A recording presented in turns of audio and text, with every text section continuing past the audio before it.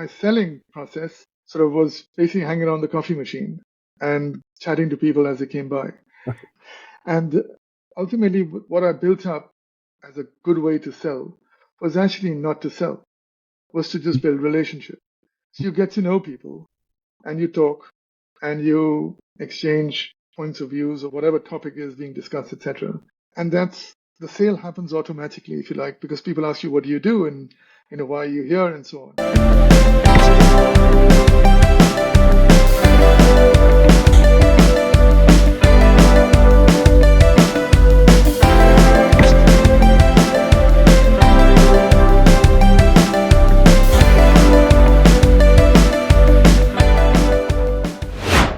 Hello, my friend. Welcome to Bold Conscious Connections.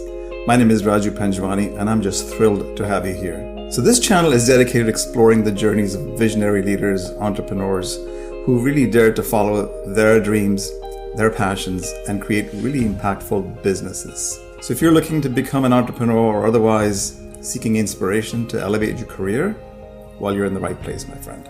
Let me say, why do I do this? It's because, like you, I had a career over 25 years, and at some point, my desire to follow my own path just took over, and I quit my job about 20 years ago now. So on this channel, what I do is we delve into strategies, mindsets, stories behind the success of those that have done this before, like I have. So what I want you to do is hit the subscribe button, tap the notification bell, and join us on this exciting journey towards living boldly and consciously. So now let me just dive into this episode with you. Today, I'm excited to have Gautam Singh on the show. Gautam started in the corporate world when he made a bold move finally to quit and become an entrepreneur, and started by founding his company called the Smart Cube. Over the next 20 years, he built that into a leading company in the analytics space. So 20 years later now, recently 2023, thanks to his growth and success of Smart Cube, was acquired recently by WNS, where Gautam works today. But he therefore continues to lead in the analytics space and the AI industry, driving innovation, strategy in his role at WNS. I guess what sets his story apart in our work that we do here is the long-term commitment and strategic directions and decisions that have fueled, the growth of his founding company, the Smart Cube. So this conversation isn't just about starting a new business. It's about what it takes to build something, make it last, make some bold choices, and then transition into a new leadership roles like he's done today. Gautam, welcome to the show. Thank you, Raju. Thank you for having me. It's a pleasure.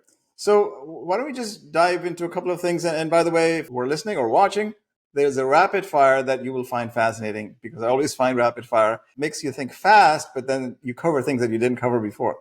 So sometimes I even pondered, Gautam, to start with the rapid fire, but then sometimes you lose the edge. So we'll set the stage for rapid fire, which I think is always interesting. So there's always a story behind what goes on in the world, right, Gautam?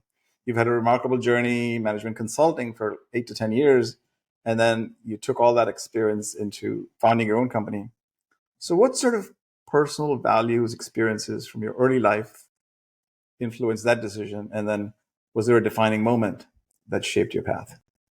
Yes, there was. So I come from a professional family. So my father's a chartered accountant, or was a chartered accountant, studied in the UK, went back to India, worked in the corporate space, but roughly around his late 40s decided he wants to do something entrepreneurial. Left a very secure job and basically set up a nursing home, a hospital in Delhi.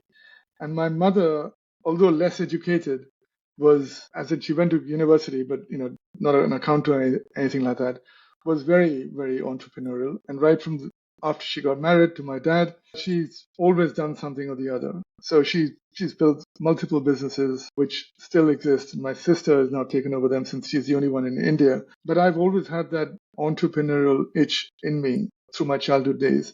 And I remember many dinner table conversations where suddenly my mother would get up and say, you know what, I've got to go.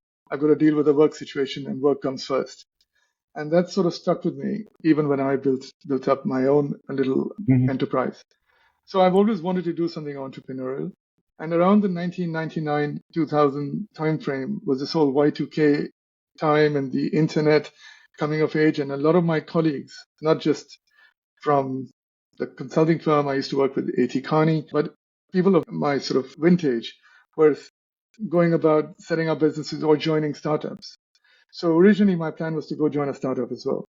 But then I decided I'm just going to be bolder and basically do something, from scratch.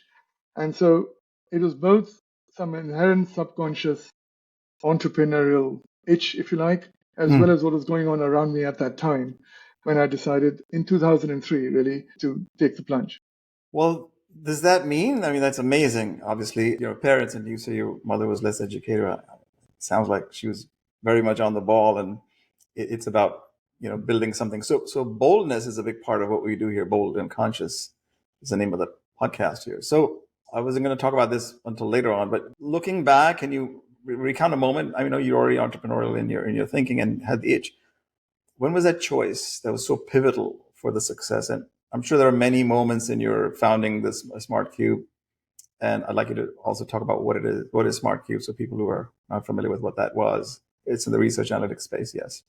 And then how did the decision you might have made to reflect who you are at the core of who you are as a person?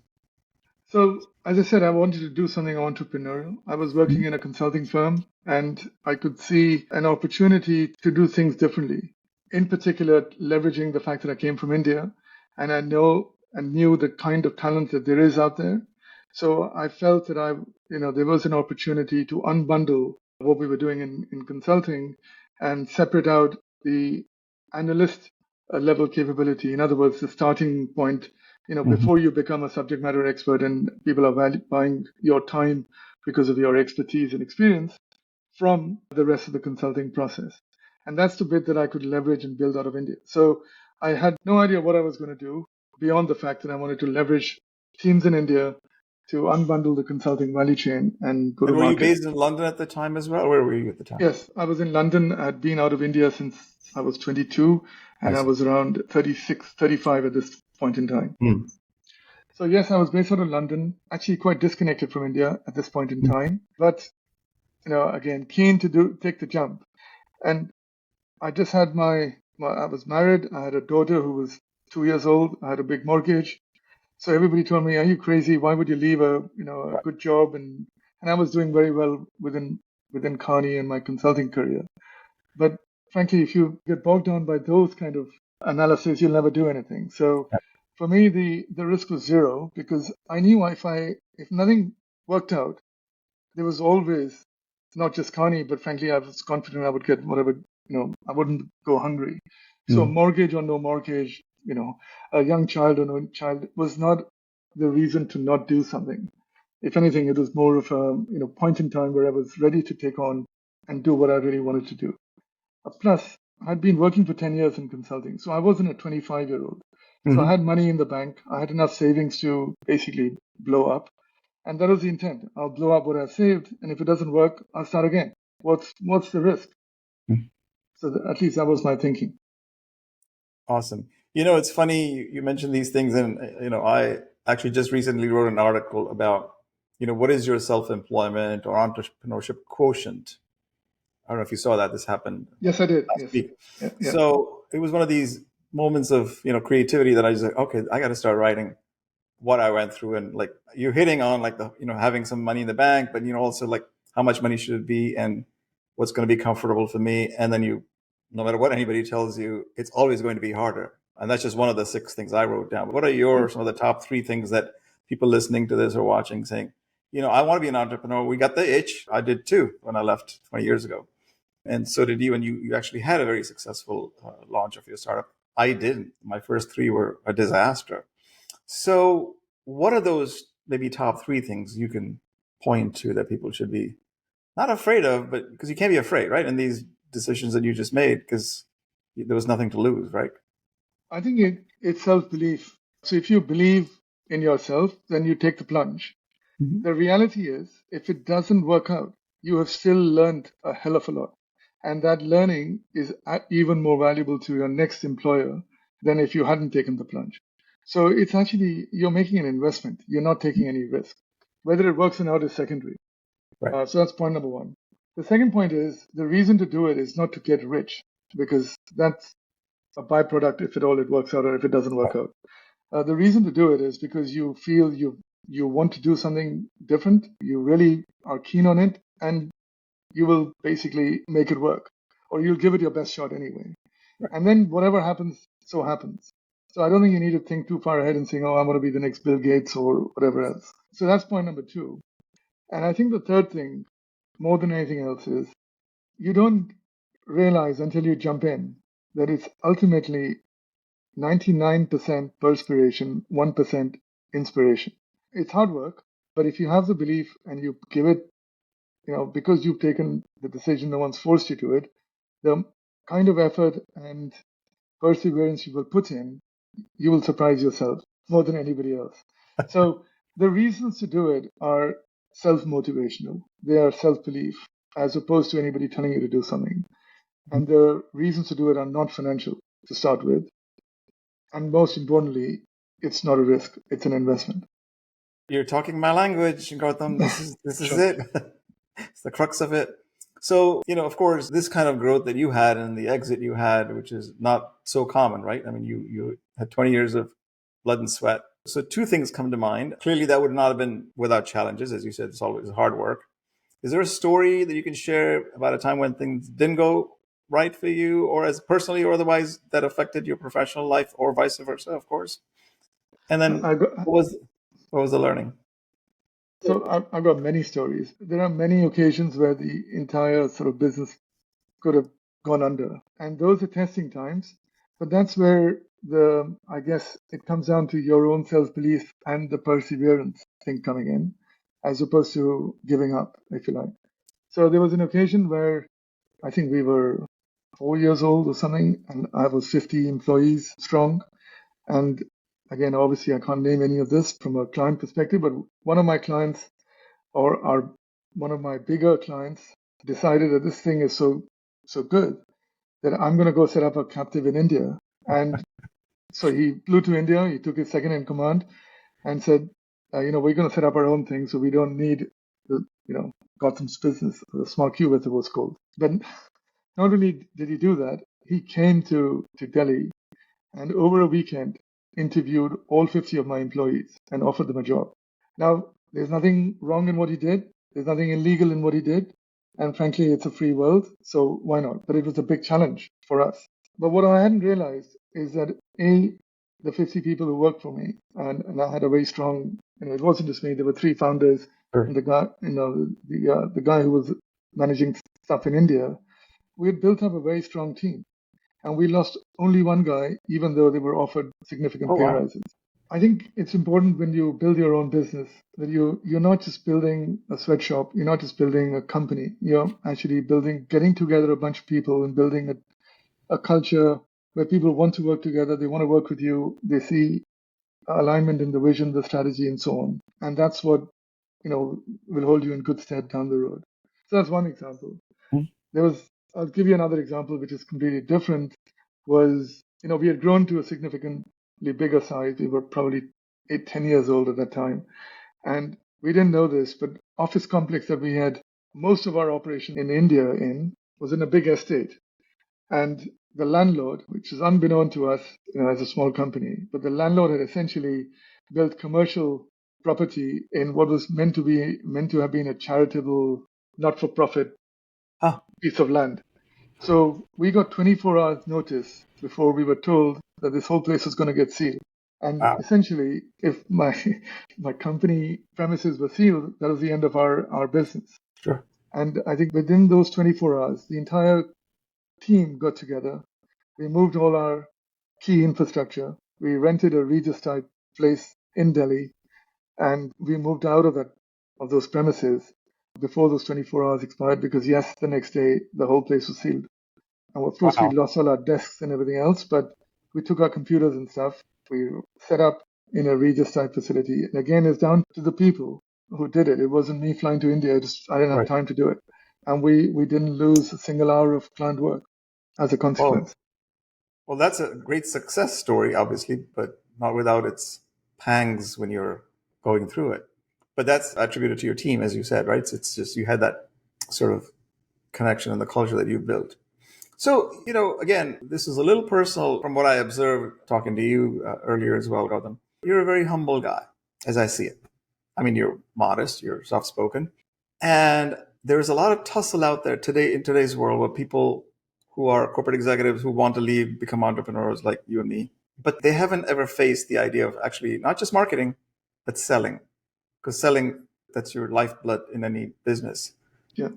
Was there a story around selling your first couple, maybe clients, actually when they signed the check or agreed to your contract is okay, we're ready to do this?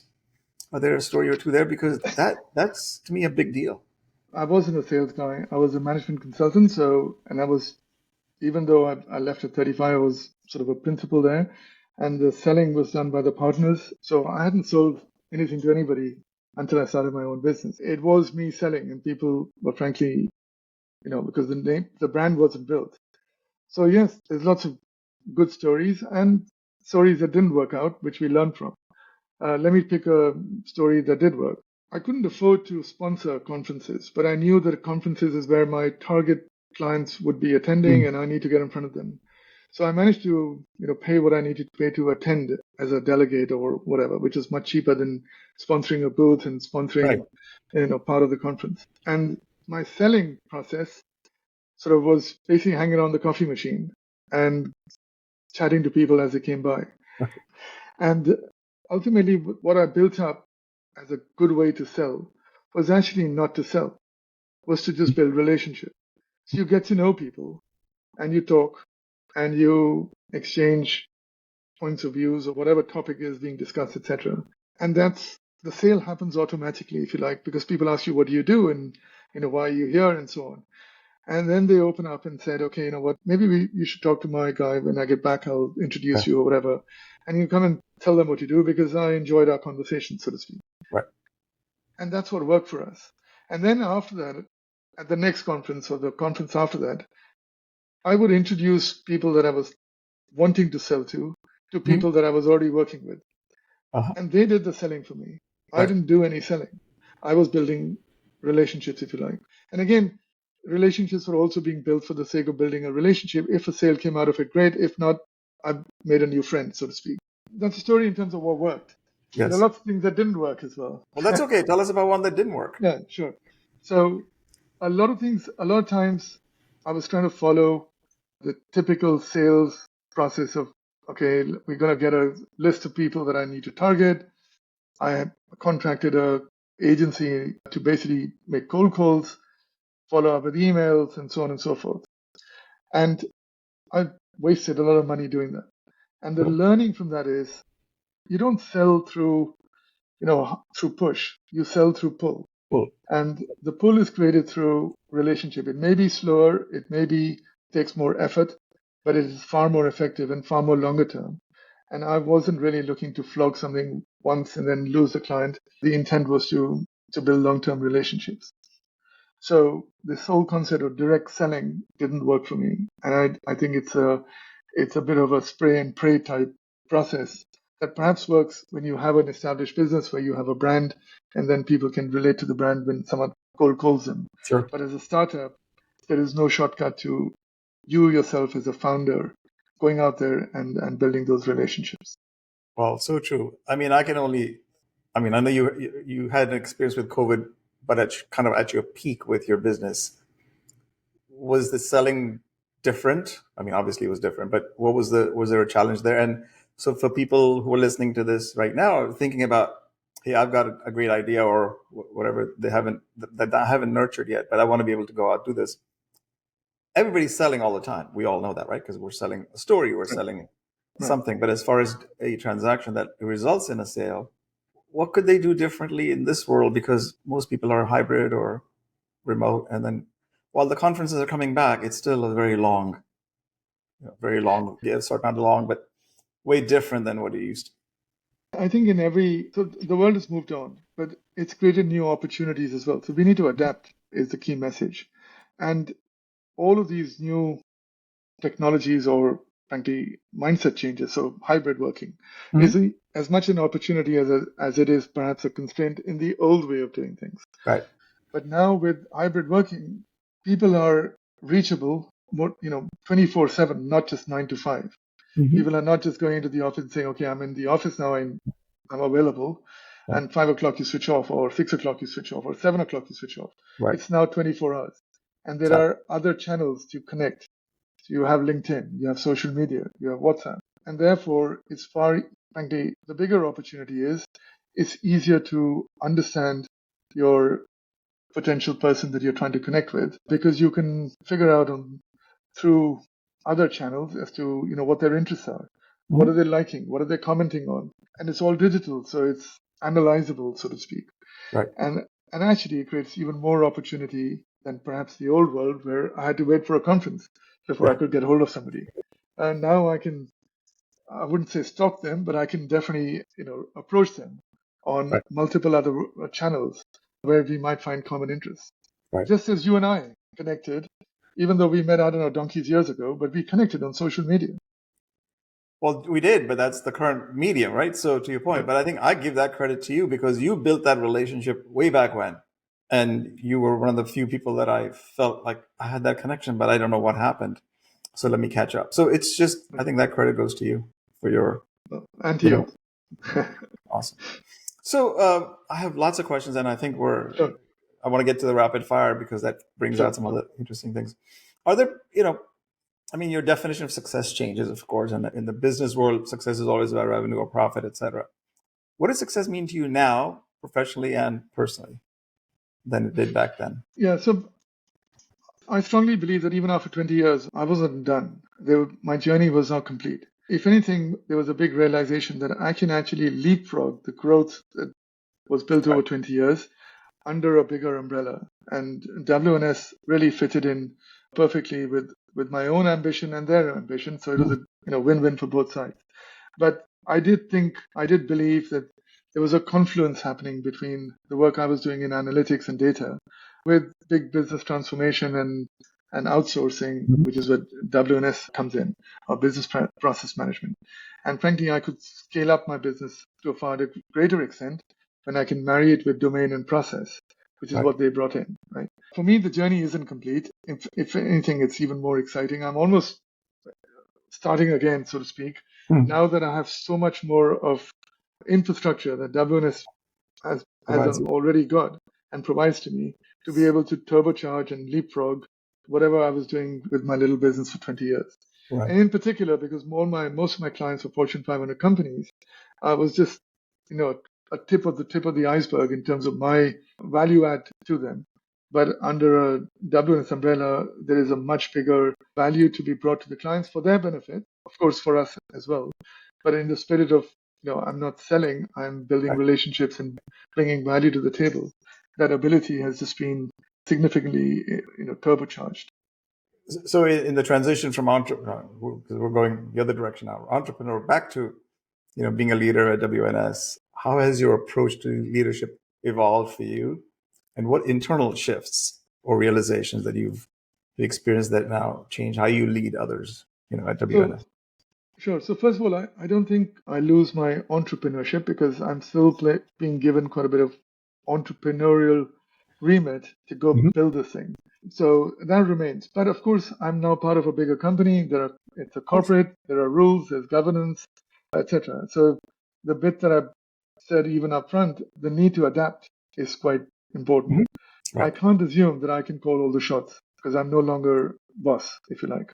I'm in a bigger company. It's a listed company. They have regulatory compliance to deal with and so on and so forth. So that's the adaptation that I need. However, equally, I bring to the table what I built within the Smart Cube, and there is an openness within WNS to make it a two-way exercise where I can contribute to what they are doing as much as they can help me grow the bit that I'm bringing in. So that adaptability and realization that, okay, I'm in a different environment, but it's actually a good thing, not a bad thing.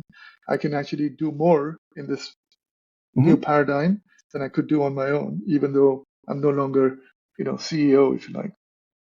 So for I think those, that's the biggest thing. I Because I agree. worked for 10 years in Right. the corporate world and in management consulting, perhaps I'm also reinvigorating some of the stuff I used to do when I was in management consulting for 10 years. And things like change management, transformation, etc., is being sort of dusted away and brought back in my arsenal as I grow within the WNS portfolio. So as an entrepreneur, you don't advocate just about any corporate executive wanting, who staying there but unhappy, but for different reasons, maybe they're not entrepreneurs. You're not advocating they go do entrepreneurship. But if you really want it, it's not like going back to corporate life is a bad thing. Fair enough? No, absolutely right. So I think as an entrepreneur, you grow your business, then you've got multiple choices. You can either sell it and start again, do something else, become a serial entrepreneur. You can retire and say, you know what, I made the money that I needed to, and I'm just going to go play golf or whatever. Or you can say, you know what, I'm not done yet, and where can I go? Whether it's a corporate route or a private equity, buy and build, roll ups. There's all kinds of different exits to an entrepreneurial journey that don't necessarily mean you're losing out on the things that made you successful as an entrepreneur. So I absolutely, joining the corporate world, for me at least, is a step in the right direction. It's a positive for who I am and where I am and what I want to achieve in the next stage. Fantastic. Wow. Well, that's inspiring to me as well, although I'm not sure about who would want me right now. What if you could impart one piece of wisdom, Gautam, that you've gained through these? I know there's probably many. What would it be? Is there a lesson that stands out as one particular lesson and is particularly transformative? I think perseverance is the most important trait you'll need to bring to the table as an entrepreneur. There'll be lots of things that hit you from left field, frankly, right in front of you as well. Then you need to pick yourself up and keep at it. Now, that doesn't mean you be silly about it. So if your business is fundamentally flawed or things don't work out, it's okay to say, you know what, I'm going to do something else and I'm going to go back to doing something different. That's okay. But that's a thought through decision rather than because, you know what, I give up or I didn't have the perseverance to keep going. Sure. And so perseverance is what I would say is the most important trait. Everything else is secondary. Yes. Pursue, execute, act, not perfection. Right. And persevere. Okay, we're ready for a quick round of questions that is hopefully trigger off more ideas for other things. Sure. All right, so number one, I always ask about this. What's the book that shifted your perspective on life or business? I actually read quite a few books, but I was quite influenced by Steve Jobs' autobiography. Isaacson, right? Robert Isaacson? Yes. Or whatever Yes. Yeah, Isaacson. And again, there's a lot of perseverance there and a complicated individual. I'm not anything like him, but that book was very inspiring. Yes, for sure. Okay, number two, if you could have one conversation with anyone, dead or alive, who would it be? And what would you ask them? Elon Musk. And I have lots of things to ask him. And he's another controversial character. But if I look at the positive of what he's doing, what keeps him going and what keeps him dreaming of things that nobody else dreams of. Mm-hmm. Awesome. So that's about consciousness and awareness. How do you prime your pump in the morning to set yourself up for success? Oh, I look forward to every day. And the day I don't look forward to waking up, I'll do something else. I've always said this to many people that for me, work was pleasure or fun. At least once I set up my own business, and it's been 20 years, and frankly, I've carried on under WNS. But I did generally wake up every day saying, I'm on holiday, or I'm having fun. Let me put it that way. Maybe not on holiday, but I'm definitely having fun. And that was my motivation. If I wasn't having fun, and there were days where I may have been on the boundary of not having fun, but if it wasn't fun, you should stop and do something else. And I know it's a cliched word to use, but it is generally true for, at least when you're down the entrepreneurial road, because if you're not having fun, it was not going to work. That's right. Okay, so what's the one thing related to that helps you stay grounded in stressful times? Is there a practice? No, I do not meditate or do anything like that, but I do like to go for walks. So it used to be with my dog. Even my shower in the morning was a very calm, separate space where I was not distracted by anything. And I do like to still go for walks with my headphones on, listening to music or a podcast or whatever, but sort of completely switch off from everything else that's going on. Right. And that's when you come up with your best answers to all your problems. Yeah. Exactly. Okay, what's the one principle you live by no matter what the circumstances? I do live by work comes first. However, Oh, okay. of recent, I have questioned that, and I think I've reached a point in my life where I need to balance things out a bit more. And so work is no longer first, but it's a very close second. And again, it's only because I enjoy it. Mhm. If I wasn't enjoying it, then it comes across as why would you put work first? But Right, that's only true if you see it as a chore or right. if you see it as work. I didn't ever see it as work. And hence, when I put it first, I was putting fun first in many ways. Well, when you said that about your mom, I was going to question that, like, work comes first. I've not heard that before, but that's a good one. Yeah, and she would generally, but we benefited from it because she Right. would, in her case, she spent more time with us than my dad did, even though Mhm. she built very successful businesses, probably more successfully than my dad, as he was a corporate guy. Right. But we didn't lose out. She was there for us when Sure. she needed to be there. Okay. So I don't know how she managed it, but she did put work first. Okay. What's the one thing you believe in deeply that others might find unconventional? I sort of take my family for granted. Hmm. So, and that's again wrong and unconventional, but I think my family has compromised or sacrificed more than I have Mhm. because I was so, in that sense, one dimensional in putting work first and having a lot of fun doing that, which again, in hindsight, Hmm. I'm now trying to balance out a bit more, but in hindsight was not necessarily the right thing. What's a moment in your life you wish you could relive? Uh, Maybe I could have started even earlier. I Hmm. really enjoyed my entrepreneurial journey, and I did work for 10 years before I jumped into my own business. Maybe I could have started earlier, but then I wouldn't have benefited from the learning of not starting as a 25-year-old. But I don't think it's a regret. But yeah, I'm curious to see what would it have been like if I'd just done something even earlier on in life, Well, I'm entrepreneurially. asking you more rapid fire than I've asked of anybody. So I got three more here, Sure, sure, keep going. which I think are pretty relevant. Picking up where you just left off, if you could give your 22-year-old self an advice, what would that be? If it's my 22-year-old and I have a 24-year-old, I would still say go and sort of learn before you jump if you want to do something entrepreneurial, but only do it if you want to. Otherwise, there's absolutely nothing wrong in having a corporate life Mhm. or whatever life you want to have, but pursue what you really, really Right. want to do as opposed to follow me or follow somebody else. Okay, the most impactful piece of advice you have ever received. My professor at business school, I think it was around I think it was our 10-year B school anniversary or whatever, and a Uh-huh. reunion. And me and my co-founder Omer, who was also we met at B school, and we both ended up at Carney. And now 10 years later, we started this thing. So Omer and I went back to B school, and we said, you know what? Let's go back. Let's see if we can get our professor of strategy to give us some advice on, how do we now drive value from what we built. And the advice he gave us was because we said, okay, what do we need to do to maximize value from the business in terms of exit or whatever? And that advice stood by me, and it really, really was very good advice. And I don't want to name him because this is Sure. public, but the advice he gave us was go build your business for the business to be successful, and you will get the right exit rather than focus on what do I need to do to exit this business with All the right. greatest value.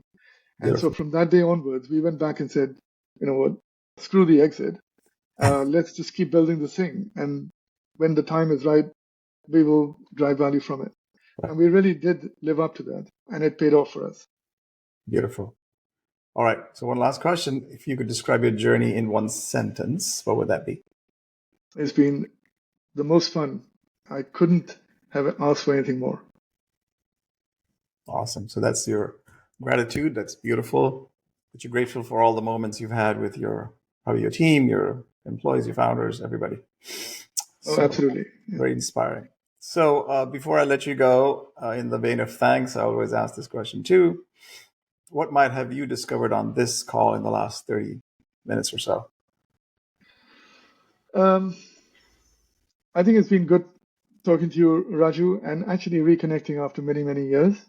It's been good to talk about my journey because as you said, I haven't really talked about it publicly. I do want to say thanks to, in particular, Samir and Omer, who were my co-founders, who are not on this call, who built this business with me. It's not me. And frankly, the 800 plus employees that we had by the time we exited, who built the business together. This conversation has also made me think about, what we went through. I would say that talking about it, and if it can benefit others, which is what you sort of told me this would do, is a good thing, because I don't really like to talk about what's been achieved or what success I've had, because I don't think it's anything spectacular. Well, in that vein again of gratitude, we just take what life is throwing at us, right? So I think you should take all the congratulations on behalf of all your team and all the accolades, and I really appreciate you giving them the credit. So it's been an honor to have you here, Gautam. Thank you you, so Raju, much. and it's been frankly inspirational talking to you as well, based on your own journey, which we've talked offline about, etc. So I look forward to more such conversations offline or online, as the case may be. Well, likewise, I look forward to them. Take good care. You too. Thank you very much. Thank you. Thank you, my friend, for tuning in to another episode of Bold Conscious Connections. If you really enjoyed this episode, give it a thumbs up, please, and subscribe for more inspiring stories and insights from top entrepreneurs and leaders. So that button is right below here. And also hit the notification bell, that thing next to subscribe, so you'll never miss another episode and any of our latest content that I post, usually every week. I'd love to hear your thoughts and questions, so drop them in the comments below. I would really love to hear more about what I'm doing and maybe bring you something that's more suitable for what you like and other things that you might want to learn about. So join our vibrant community of individuals who are out there making a difference. Okay? Stay tuned for more amazing conversation that will inspire and empower you. And until next time, remember, live boldly and consciously, my friend.